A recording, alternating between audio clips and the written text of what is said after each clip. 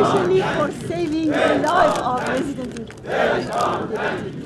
And you know that we are my children, and also the hope of the Iran. And you are the pioneer of just policy in the United States. I'm sure that you will be the pioneer of just policy vis-a-vis the Mullahs regime. You know better than me, they are the threat for all of the world, and especially the Middle East. Once again, thank you. I hope to see you in Iran. Thank you very much. Thank you for your leadership, and thank you for your inspiration to all of us.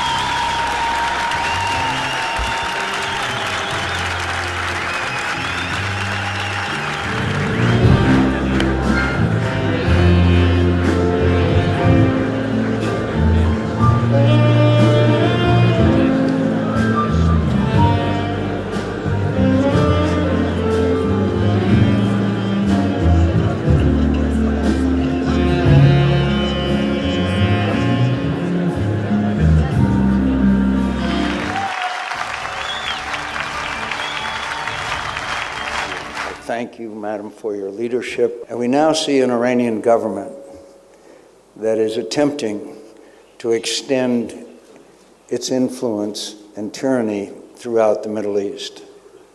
It is a fact that Bashar Assad would not be in power today if it had not been for the Iranian Revolutionary Guard and the Iranian help and Hezbollah that came into Syria when Bashar Assad was about to fall.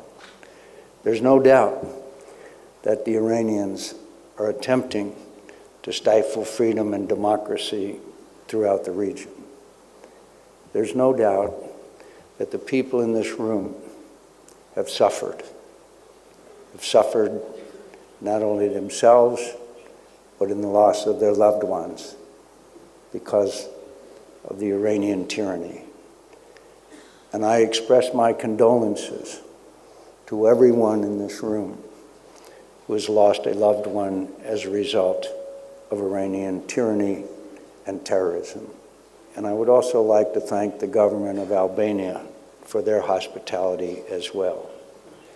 But most of all, my dear friends, I want to say to you that this is an example of the support that you were able to get in the United States of America, in the world, to get you to freedom. And I will never forget the effort that has been made by so many Americans.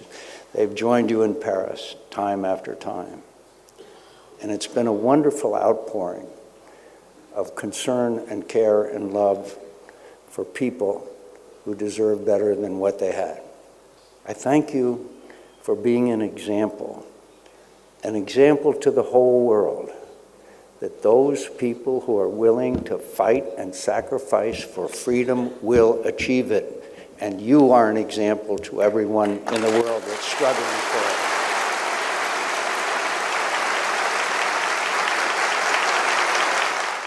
Someday, Iran will be free.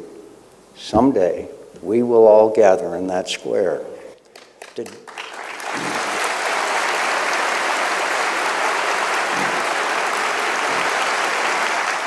but you have stood up and fought and sacrificed for freedom, for the right to live free, for the right to determine your own future, for the right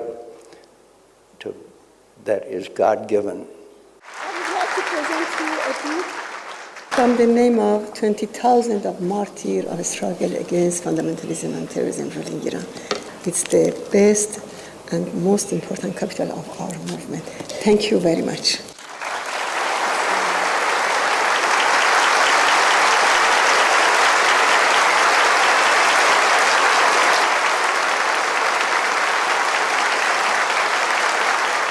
During the 2009 uprisings in Iran, while the Iranian people's desire for freedom and democracy was brutally suppressed, the US government, unfortunately, remained silent.